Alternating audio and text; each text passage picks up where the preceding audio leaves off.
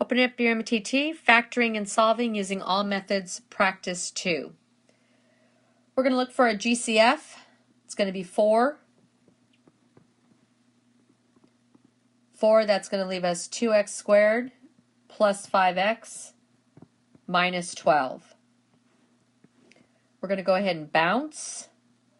2 times negative 12 is going to give us negative 24, and 5 is going to go into our second column. 2 and 12, negative 12 give us negative 24, but they do not give us 5. Negative 3 times 8 gives us negative 24, and negative 3 plus 8 gives us 5. So we're going to go ahead and pretend like we're the manager. We're going to take our best player, 2x squared, take our second best player, negative 12. We're going to determine which two players have the most in common. So we're going to do plus 8x. When they come off the bench, we're going to hand them the x ball. And negative 3x. We're going to do a quick check here to make sure that 8x and negative 3x indeed equal 5x. That means I've got them grouped correctly. Now we're going to take out the GCF. 2x, 2x, 2x. 2 goes into 2 one time. Where do I have more x's? On the top, how many more do I have? 1. 2 goes into 8 4 times. Where do I have more x's? I don't, so I don't have to write it. Remember Hampton rule that because this 3 is negative, we need to take out a negative. So we're going to take out the negative 3. Negative 3 times x plus 4. Now we're going to look for the binomial they have in common. So the binomial we have in common is x plus 4. When we factor that out, we're left with 2x minus 3. Now we have to go back up and take that 4 that we took out at the very beginning and go ahead and add that to our answer. So if we were factoring, we would simply stop here. If we're solving, we're going to do 4 equals 0, x plus 4 equals 0, and 2x minus 3 equals 0. 0 pair out the 4, x equals negative 4. 0 pair out the 3. 2x equals 3, divide by 2, x equals 3 halves. 4 never equals 0, so our two roots are going to be negative 4 and 3 halves. All right, now we're going to put all of the terms on one side, solve for 0 so that we can factor. So we're going to go ahead and 0 pair out the 6x. And 0 pair out the 12. So we're going to have 8x squared minus 16x minus 6x plus 12. We're going to combine like terms. 8x squared minus 22x plus 12. Now we're going to take out the common factor. 2 is the common factor. So that's going to leave us with 4x squared minus 11x plus 6. Now we're going to go ahead and bounce what's inside the parentheses. So 4 times 6 slides that over into 24 and negative 11. Negative 3 times negative 8 gives us positive 24, and negative 3 plus negative 8 gives us negative 11. So we're going to go ahead and put our 2 down in our answer and continue factoring what's inside the parentheses. So we're going to set up our 2 parentheses. We'll take our number 1 player, 4x squared, and our number 2 player, plus 6. And we're going to take a look. Negative 8 has more in common with 4, so we're going to put negative 8x. And negative 3 has more in common with 6, so negative 3x. We're going to do a quick check to make sure that those equal negative 11x. Now we're going to do our greatest common factor, which is going to be 4x, 4x, 4x. So 4 goes into 4 one time. Where do I have more x's? On the top, and how many more do I have? I have 1. 4 goes into 8 2 times. Where do I have more x's? I don't, so I don't have to write it. Now remember Hampton rule, I need to divide out a negative 3. because this term right here is negative. So I'm going to take out the negative 3, and that's going to give me x minus 2. So the binomial that they have in common is x minus 2, and when I factor that out, I'm left with 4x minus 3. If I am just factoring, I stop right there.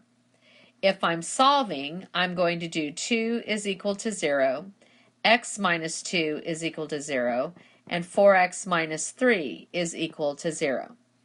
So 2 can never equal 0, so x minus 2 equals 0. We're going to go ahead and 0 pair out the 2, so x equals 2, and we're going to do 4x minus 3 is equal to 0. 0 pair out the 3. 4x equals 3, divide by 4, divide by 4. So my roots are going to be positive 2 and 3/4. So we don't need that positive there. All right, so we're going to try perfect squares. Is 24 a perfect square? It's not. So we need to find a greatest common factor. So the greatest common factor is going to be 6. So I'm going to take the 6 out, and that's going to leave me with 4x squared minus 9. So now I'm going to ask, is 4 a perfect square? Yes, it is. Is x squared a perfect square? Yes, it is. Write my first set of parentheses. Is 9 a perfect square? Yes, it is. Write my second set of parentheses. Is this a subtraction problem? Yes, it is. Plus, minus. The square root of 4x squared is 2x. The square root of 9 is 3. I'm going to drop my 6 down here. If I were factoring, I would stop right there because I cannot simplify or factor anything else out of the parentheses. If I'm solving, I'm going to have 6 is equal to 0. I'm going to have 2x plus 3 is equal to 0, and 2x minus 3 is equal to 0. 0 pair out the 3, 2x is equal to negative 3, divide by 2, x is equal to negative 3 halves. 0 pair out the 3, 2x is equal to positive 3, divide by 2, x is equal to positive 3 halves. So my roots are going to be negative 3 halves and positive 3 halves. All right, I need to get everything onto the left so that I can have it set equal to 0. So I'm going to 0 pair out the 9.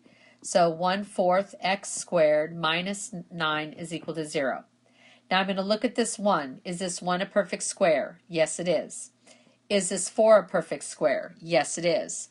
Is x squared a perfect square? Yes, it is. So I can write my first parentheses. Is 9 a perfect square? Yes, it is. Is this a subtraction problem? Yes, it is. So we're going to do plus and minus. The square root of 1 is 1. The square root of 4 is 2. The square root of x squared is x. And the square root of 9 is 3. Now, if I'm factoring, I stop right there. If I'm solving, I'm going to have 1/2 x plus 3 is equal to 0. 1/2 x minus 3 is equal to 0. I'm going to 0 pair out my 3. 1/2 x is equal to negative 3. What math operation is the 2 doing? It's dividing. What's the opposite of dividing? It's multiplying. So I'm going to multiply both sides by 2. So x is going to equal negative 6. I'm going to 0 pair out the 3. So now I have 1/2 x is equal to 3. What math operation is the 2 doing? It's dividing. What's the opposite of dividing? It's multiplying. So x is equal to positive 6. So my two roots are going to be negative 6 and positive 6. All right, I need this to be set equal to 0 so that I can factor. So I'm going to go ahead and 0 pair out the 48x. So this is going to be 27x cubed is minus 48x. Now, 27 is not a perfect square, so that tells me that I'm going to need to divide something out. So the greatest common factor here is going to be 3x. So I'm going to take out my 3x. 3 goes into 27 9 times. Where do I have more x's? On the top. How many more do I have? 2. 3 goes into 48 16 times. Now, I need to look inside the parentheses and see if I can factor what's inside the parentheses. Is 9 a perfect square? Yes, it is. Is x squared a perfect square? Yes, it is. There's my first set of parentheses. Is 16 a perfect square? Yes, it is. Is this a subtraction? Plus, minus.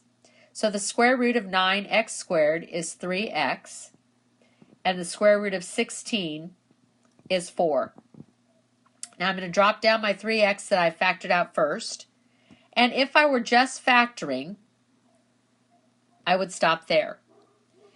If, however, I'm solving, I'm going to have 3x is equal to 0, and 3x plus 4 is equal to 0, and 3x minus 4 is equal to 0. I can divide by 3 here, so x can equal 0. 0 pair out my 4, which is 3x is equal to negative 4. Divide by 3, divide by 3. X is going to equal negative 4/3. 0 pair out my 4. 3x is equal to 4. Divide by 3, divide by 3. X is equal to 4/3.